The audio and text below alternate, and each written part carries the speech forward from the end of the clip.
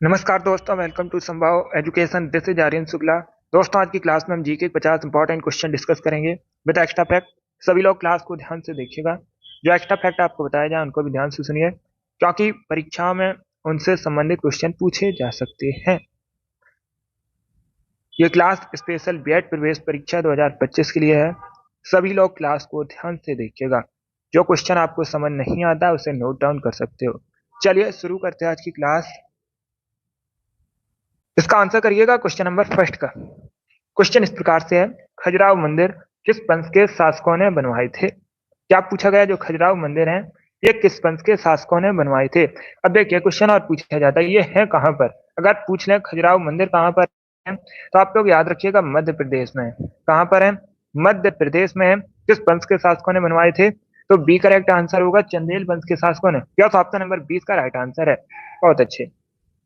तो आप लोग याद रखिएगा खजुराहो मंदिर जो कि मध्य प्रदेश में है, चंदेल वंश के शासकों ने बनवाए थे। Option number B correct answer होगा। करिएगा क्वेश्चन नंबर 2 का। क्वेश्चन इस प्रकार से है, 12वीं पंचवर्षीय योजना की समय अवधि क्या थी? सभी जल्दी से आंसर करिए।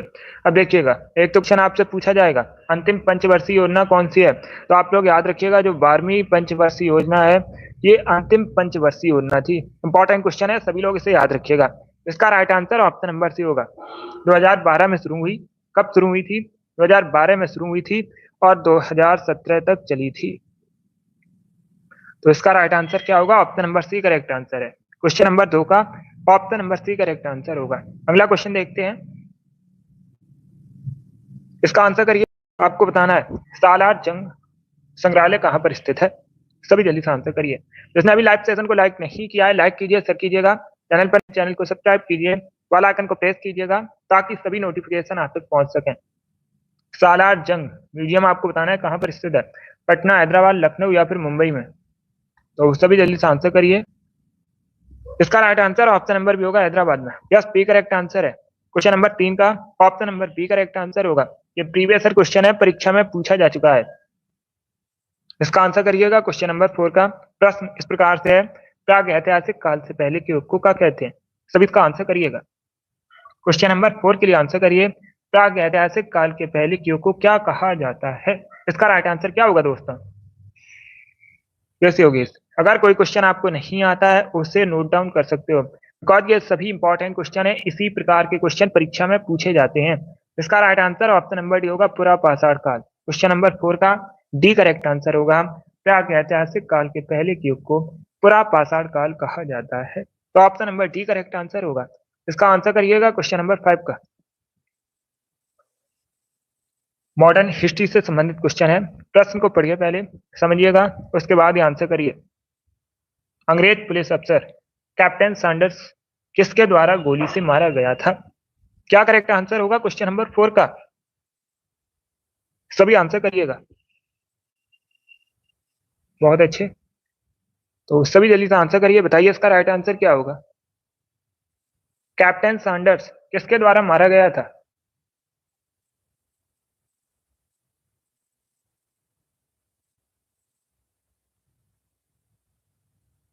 डी करेक्ट आंसर होगा इसका, Bhagat Singh. Yes, option number D correct answer है। बहुत अच्छे, सभी ने करेक्ट आंसर दिया। अब इसका आंसर करिएगा क्वेश्चन नंबर 6 का। सभी जल्दी से आंसर करिएगा क्वेश्चन नंबर 6 के लिए। प्रश्न इस प्रकार से है, भूपृष्ठ का कितने प्रतिशत भाग अवसाद सैलों से ढका हुआ है? सभी आंसर करिए। जियोग्राफी से संबंधित क्वेश्चन है। देखिए इंपॉर्टेंट क्वेश्चन है ये, जियोग्राफी से संबंधित बहुत सी परीक्षाओं में पूछा जा चुका है। तो सभी जल्दी से आंसर करिएगा। भूपृष्ठ का कितने प्रतिशत भाग अवसादी सैलों से ढका हुआ है? 75%, 65%, 70% या फिर 90%? तो सभी जल्दी से आंसर करिए क्वेश्चन नंबर 6 के लिए। सी करेक्ट आंसर नहीं होगा इसका। इसका right answer option number A होगा, 75%। Yes, option number A correct answer है। क्या करेक्ट आंसर होगा? Option number A correct answer. आप लोग याद रखिएगा 75% भूपृष्ठ का जो भाग है अवसादी सैलों से ढका हुआ है। तो क्वेश्चन नंबर 6 का क्या करेक्ट आंसर होगा?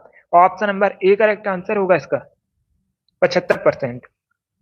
अब इसका आंसर करिएगा क्वेश्चन नंबर 7 का। ये पॉलिटी से संबंधित प्रश्न है। प्रश्न इस प्रकार से है, भारतीय संसद के कितने सदन हैं? तो सभी जल्दी से आंसर करिएगा। 1, 2, 3 या फिर 4? बहुत इजी क्वेश्चन है। बी करेक्ट आंसर होगा 2। भारतीय संसद के 2 सदन है, लोकसभा, राज्यसभा, उच्च सदन, निम्न सदन। चलिए आगे बढ़ते हैं। इसका आंसर करिएगा क्वेश्चन नंबर 8 का। आपको पता किससे संबंधित है? सभी जल्दी से आंसर करिएगा। देखिए ये वाली डेली क्लास होती है शाम को 8 बजे। सभी लोग डेली सेशन को ज्वाइन कीजिएगा। टाइम को याद रखिए, टाइम से आप लोग सेशन को ज्वाइन कीजिए। सी करेक्ट आंसर होगा चिकित्सा संबंधित है। या तो option number C correct answer है। चरक संहिता जो है चिकित्सा करिएगा। क्वेश्चन नंबर 9 का, आंध्र प्रदेश की ऑफिशियल लैंग्वेज बताइए क्या है? सभी जल्दी से आंसर करिए। राज्य की भाषा आपको बतानी है आंध्र प्रदेश की। तमिल, तेलुगु, कन्नड़ या फिर उड़िया? इस प्रकार के क्वेश्चन पूछे जाते हैं। ऑफिशियल लैंग्वेज से संबंधित क्वेश्चन पूछ लेते हैं। जो 28 राज्य हैं या फिर केंद्र शासित प्रदेश हैं, उनकी ऑफिशियल लैंग्वेज पूछ लेते हैं परीक्षा में। इंपॉर्टेंट टॉपिक है। इसका right answer option number B होगा तेलुगु। या तो option number B correct answer है। आंध्र प्रदेश की ऑफिशियल लैंग्वेज पूछी गई है तो तेलुगु करेक्ट आंसर होगा। अब इसका आंसर करिएगा क्वेश्चन नंबर 10 का। प्रश्न इस प्रकार से है, हरेली का त्योहार निम्न में से किस भारतीय राज्य में मनाया जाता है? मुख्यतः पूछा गया है। क्या पूछा गया? जो हरेली का त्योहार है मुख्यतः इनमें से किस राज्य में सेलिब्रेट किया जाता है? उड़ीसा, मध्य प्रदेश, पंजाब या फिर छत्तीसगढ़ में? तो सभी जल्दी से आंसर करिए क्वेश्चन नंबर 10 के लिए। देखिएगा इसका right answer option number D होगा छत्तीसगढ़। ए करेक्ट आंसर नहीं होगा, डी करेक्ट आंसर होगा। हरेली का त्योहार जो है मुख्यतः छत्तीसगढ़ में सेलिब्रेट किया जाता है। तो option number D correct answer है। अब इसका आंसर करिए क्वेश्चन नंबर 11 के लिए। ये खेल से संबंधित क्वेश्चन है। डेविस कप मुख्यतः बताइए किस खेल से संबंधित है? क्रिकेट, लॉन टेनिस, बैडमिंटन या फिर इनमें से कोई नहीं? तो सभी जल्दी से आंसर करिएगा क्वेश्चन नंबर 11 के लिए। देखिएगा इसका right answer option number B होगा लॉन टेनिस। टेनिस से संबंधित है मुख्यतः डेविस कप। तो option number B correct answer होगा। अब इसका आंसर करिए क्वेश्चन नंबर 12 के लिए। ये भी जियोग्राफी से संबंधित क्वेश्चन है, थोड़ा सा कठिन क्वेश्चन है बट आप लोग आंसर करिएगा, इंपॉर्टेंट है। अब देखिए क्वेश्चन क्या है, निम्न में से किस राज्य में अबोर पहाड़ियां स्थित है? मुख्यतः पूछा गया है। क्या पूछा गया है? जो अबोर पहाड़ियां हैं मुख्यतः कहां पर स्थित है? वेस्ट बंगाल में, सिक्किम में, अरुणाचल प्रदेश में या फिर इनमें से कोई नहीं? सिक्किम करेक्ट आंसर नहीं होगा। इसका right answer option number D होगा अरुणाचल प्रदेश। आप लोग याद रखिएगा अबोर पहाड़ियां जो है मुख्यतः अरुणाचल प्रदेश में स्थित हैं। तो डी करेक्ट आंसर होगा। इसका आंसर करिएगा क्वेश्चन नंबर 13 के लिए। आपको बताना है उर्दू किस भाषा का शब्द है? सभी जल्दी से आंसर करिए क्वेश्चन नंबर 13 के लिए। क्या पूछा गया? जो उर्दू है किस भाषा का शब्द है? सभी जल्दी से आंसर करिएगा। तुर्की, फारसी, अरबी या फिर संस्कृत? तो इसका right answer option number A होगा तुर्की। या तो option number A correct answer. आप लोग याद रखिएगा उर्दू एक तुर्की भाषा का शब्द है। क्वेश्चन नंबर 13 का option number A correct answer होगा। अब इसका आंसर करिएगा क्वेश्चन नंबर 14 का। सभी जल्दी से आंसर करिए क्वेश्चन नंबर 14 के लिए। भारतीय संविधान का भाग 8 जो है मुख्यतः किससे संबंधित है? सभी जल्दी से आंसर करिए। भारतीय संविधान का भाग 8 किससे संबंधित है? राज्यों से संबंधित है, नगर पालिकाओं से संबंधित है, केंद्र शासित प्रदेशों से संबंधित है या फिर पंचायतों से संबंधित है? इसका right answer option number C होगा, केंद्र शासित प्रदेशों से संबंधित है। यह सी करेक्ट आंसर है। भारतीय संविधान का भाग 8 केंद्र शासित प्रदेशों से संबंधित है। अब इसका आंसर करिएगा क्वेश्चन नंबर 15 के लिए। प्रश्न इस प्रकार से है, मध्य प्रदेश में कुंभ मेले का आयोजन कहाँ पर होता है? कहाँ पर लगता है मध्य प्रदेश में कुंभ मेला?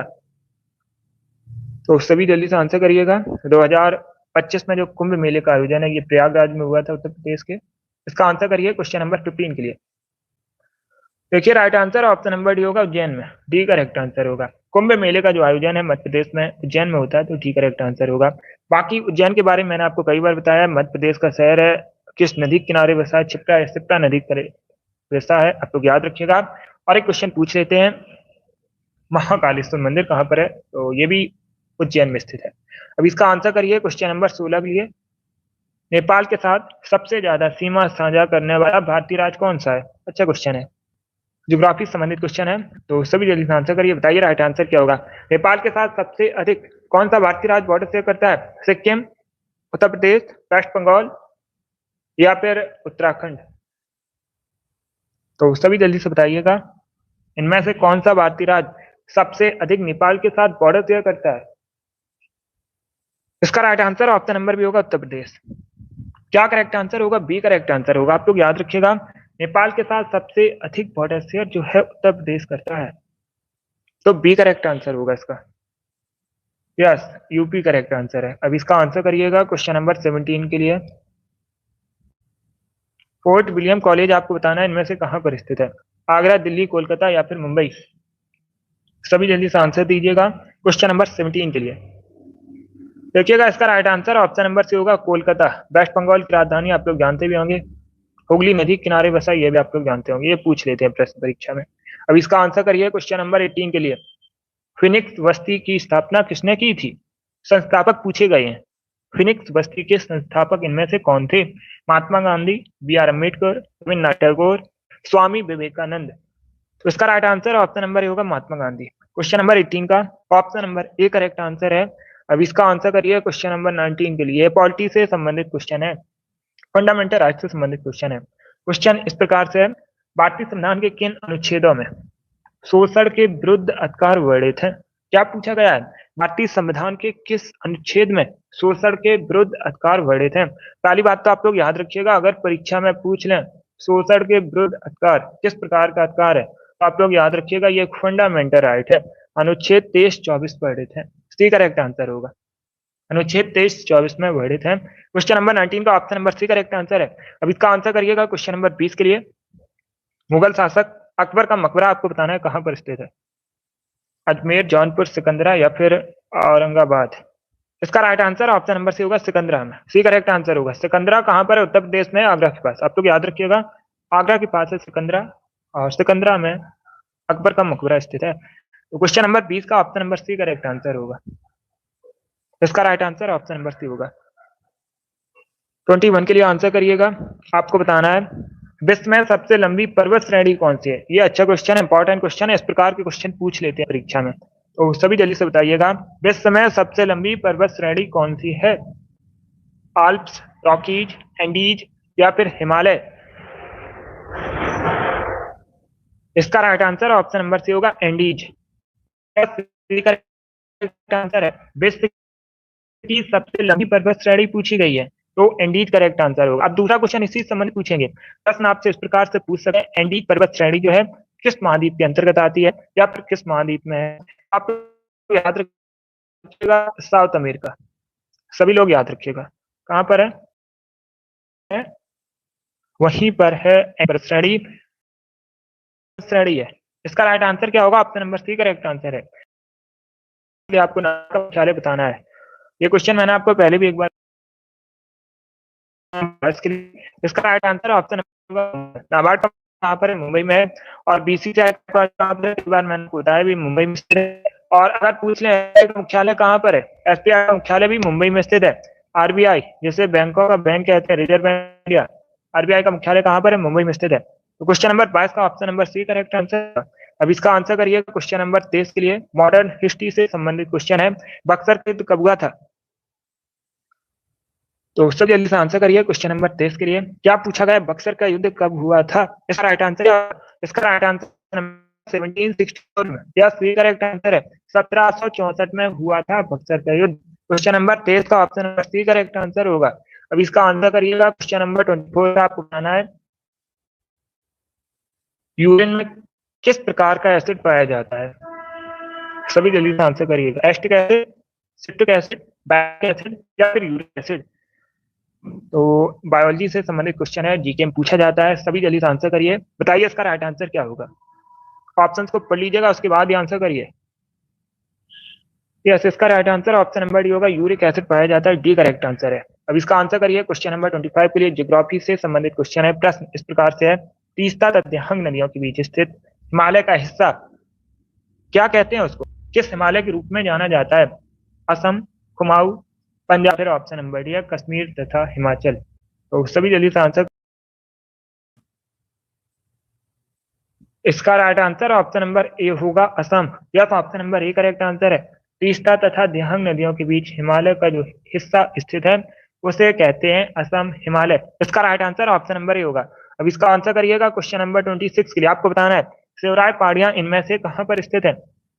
पहाड़ियां पूछ लेते हैं परीक्षा में, तो सभी जल्दी से आंसर करिए, बताइए राइट आंसर क्या होगा। आपको बताना है जो शिवराय पहाड़ियां हैं ये कहां पर स्थित है? आंध्र प्रदेश, कर्नाटक, केरल या फिर तमिलनाडु?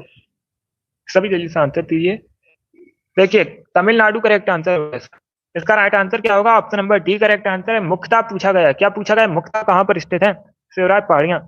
तो तमिलनाडु करेक्ट आंसर होगा इसका, ऐसा आप लोग याद रखिएगा।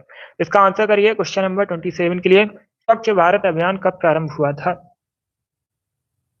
सभी जल्दी से आंसर करिएगा क्वेश्चन नंबर 27 के लिए। क्या पूछा गया जो स्वच्छ भारत अभियान है ये कब प्रारंभ हुआ था? सी करेक्ट आंसर होगा 2 अक्टूबर 2014 में। क्वेश्चन नंबर 27 का option number C correct answer होगा। अब इसका आंसर करिएगा क्वेश्चन नंबर 28 के लिए। ये भी ज्योग्राफी से संबंधित क्वेश्चन है। प्रश्न इस प्रकार से है, पृथ्वी के वायुमंडल की किस परत में ओजोन परत पाई जाती है? क्या पूछा गया है? जो ओजोन परत है ये किस परत में पाई जाती है? तो सभी जल्दी से आंसर करिए क्वेश्चन नंबर 28 के लिए। ऑप्शंस को पढ़ लीजिएगा उसके बाद ही आंसर करिएगा। इसका राइट आंसर सी नहीं होगा, इसका right answer option number A होगा, समताप मंडल में। या तो option number A correct answer, आप लोग याद रखिए जो ओजोन परत है समताप मंडल में पाई जाती है। क्वेश्चन नंबर 28 का option number A correct answer होगा, समताप मंडल करेक्ट आंसर होगा इसका। अब इसका आंसर करिएगा question number 29। Light of Asia किसे कहते हैं? गौतम बुद्ध करेक्ट आंसर होगा। इसका राइट आंसर क्या होगा? Option number B correct answer है। 29 का option number B correct answer होगा। आगे बढ़ते हैं क्वेश्चन नंबर 30।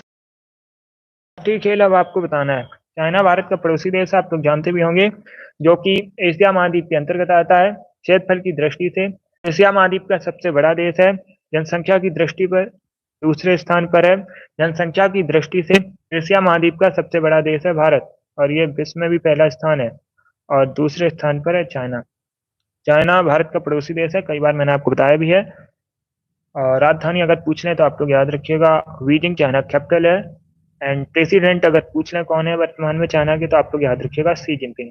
इसका right answer option number C होगा, टेबल टेनिस। क्वेश्चन नंबर 30 है ये, 30। करेक्ट आंसर क्या होगा? टेबल टेनिस करेक्ट आंसर होगा। 31 के लिए आंसर करिएगा। रिंग राज मंदिर आपको बताना है कहाँ पर स्थित है। सभी जल्दी से आंसर करिए। ये भी परीक्षा में पूछा हुआ क्वेश्चन है। ये जो क्वेश्चन है ये भी परीक्षा में पूछा जा चुका है, प्रीवियस ईयर क्वेश्चन है। तो सभी जल्दी से बताइए लिंगराज मंदिर कहाँ पर स्थित है? सभी जल्दी से आंसर करिएगा। भुवनेश्वर करेक्ट आंसर होगा, जो कि उड़ीसा की कैपिटल है। भुवनेश्वर उड़ीसा की राजधानी है। और लिंगराज मंदिर कहाँ पर स्थित है? भुवनेश्वर में। बी करेक्ट आंसर नहीं होगा, बी करेक्ट आंसर होगा इसका। अब इसका आंसर करिएगा क्वेश्चन नंबर 32 किसने की थी? एंशिएंट हिस्ट्री से संबंधित क्वेश्चन है। बताइए गुप्त वंश की स्थापना किसने की थी? देखिए ए करेक्ट आंसर होगा श्रीगुप्त ने। या तो option number A correct answer, आप लोग याद रखिएगा। गुप्त वंश की स्थापना की थी श्रीगुप्त ने। चंद्रगुप्त मौर्य ने मौर्य वंश की स्थापना की थी, कई बार मैंने आपको बताया भी है। एंड पूछ सकते हैं आपसे सातवाहन वंश की स्थापना किसने की थी? इंपॉर्टेंट है, तो आप लोग याद रखिएगा सिमुक ने। इसमें आपको कंफ्यूज नहीं होना है। अगर पूछ लें सातवाहन वंश के सबसे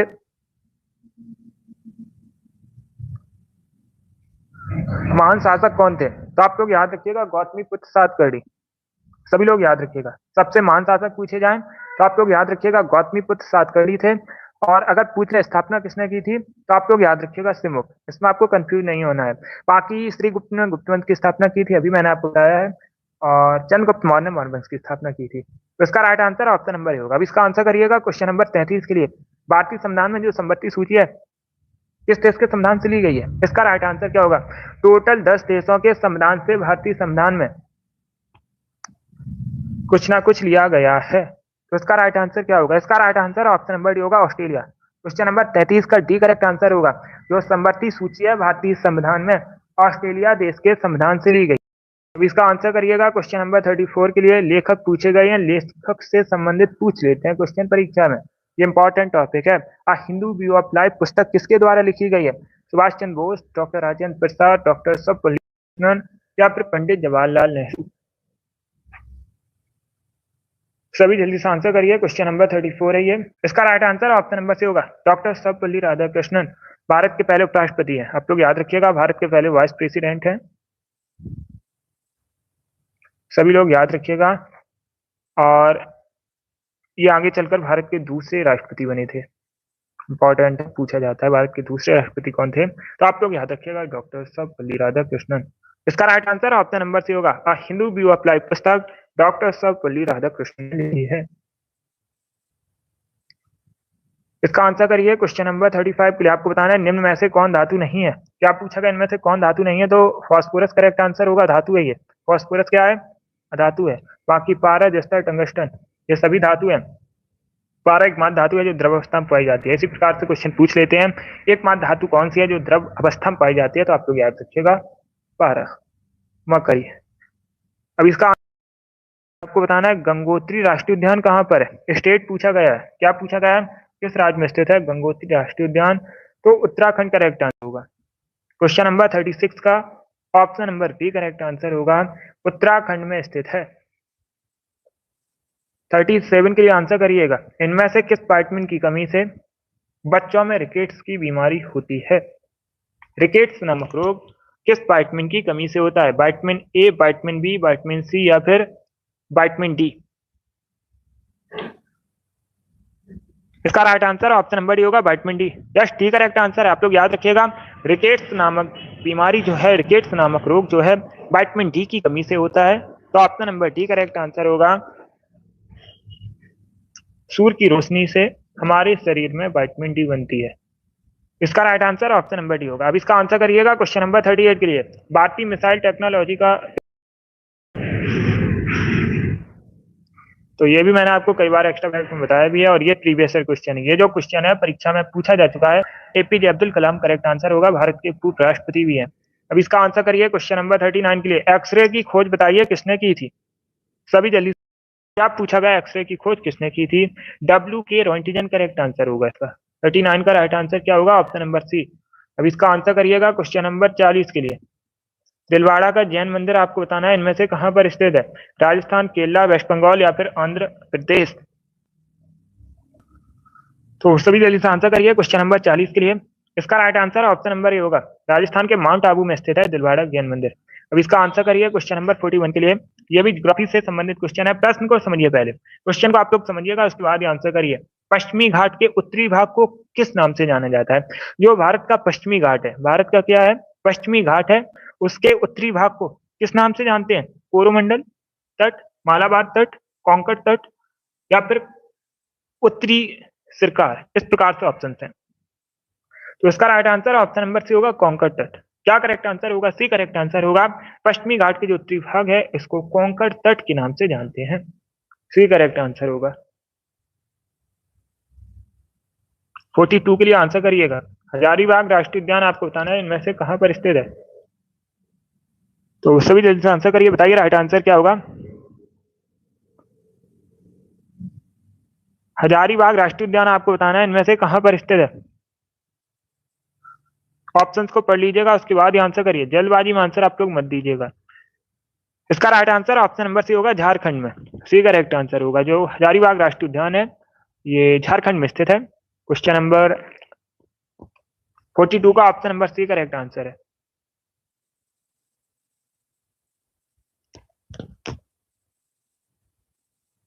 सभी जल्दी से आंसर करिएगा। इसका राइट आंसर सी होगा। क्वेश्चन नंबर 43 के लिए आंसर करिएगा। सूक्ष्मदर्शी क्या है? यस सीमा, अच्छे से एग्जाम दीजिएगा, सिलेक्शन आपका होगा।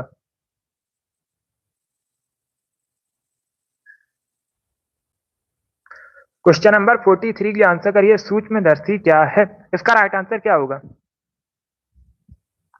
ऑप्शंस को पढ़ लीजिएगा, उसके बाद ही आंसर करिए।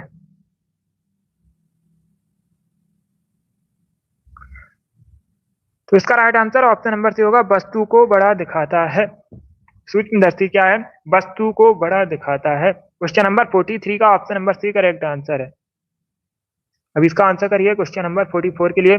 डांडिया आपको बताना है कहाँ का लोक नृत्य है? तो इसका right answer option number D होगा, गुजरात।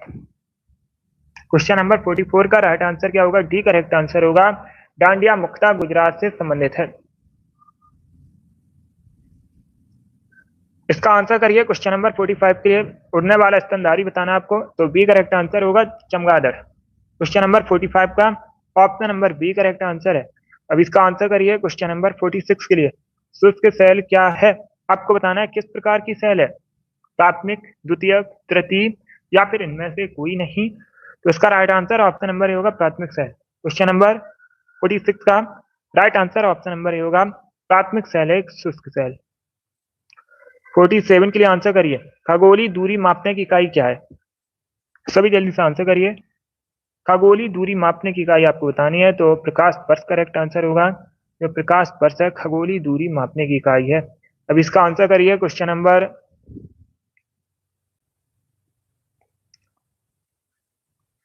48 के लिए आंसर करिएगा। लाल दवा का केमिकल नेम बताइए क्या है? सभी जल्दी से आंसर करिएगा। लाल दवा का आपको केमिकल नेम बताना है, रासायनिक नाम आपको बताना है। Potassium permanganate, calcium hydroxide, calcium oxide या फिर इनमें से कोई नहीं। तो इसका right answer option number A होगा पोटेशियम परमैंगनेट। जब option number A correct answer है। लाल दवा का केमिकल नेम आप लोग याद रखिएगा पोटेशियम परमैंगनेट होता है।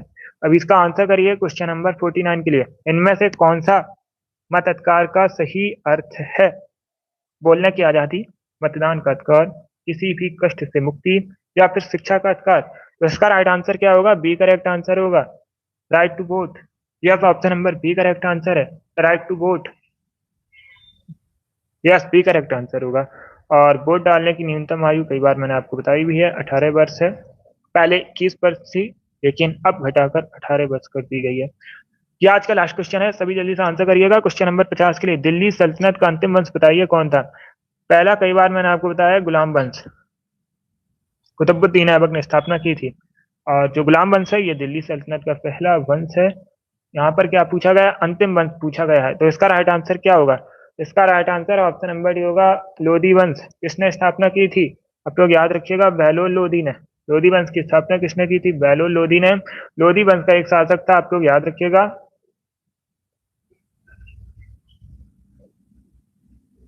इब्राहिम लोधी, जो कि अंतिम शासक था लोधी वंश का।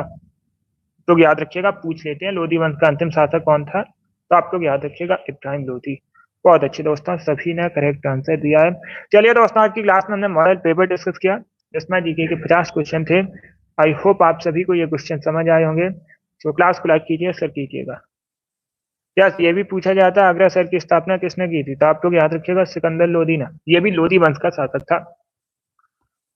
चलिए 50 क्वेश्चन आज की क्लास में डिस्कस किए जीके के। आई होप आप सभी को ये क्वेश्चन समझ आए होंगे। तो क्लास को लाइक कीजिएगा, शेयर कीजिए, चैनल पर नए हैं चैनल को सब्सक्राइब कीजिएगा, वाला आइकन को प्रेस कीजिए ताकि सभी नोटिफिकेशन आप तक पहुंच सकें। ये वाली डेली क्लास होती है, सभी डेली सेशन को ज्वाइन कीजिए, टाइम से सेशन को ज्वाइन कीजिएगा। चलिए इसी के साथ मैं आपको मिलूंगा अगली क्लास में। Thank you guys.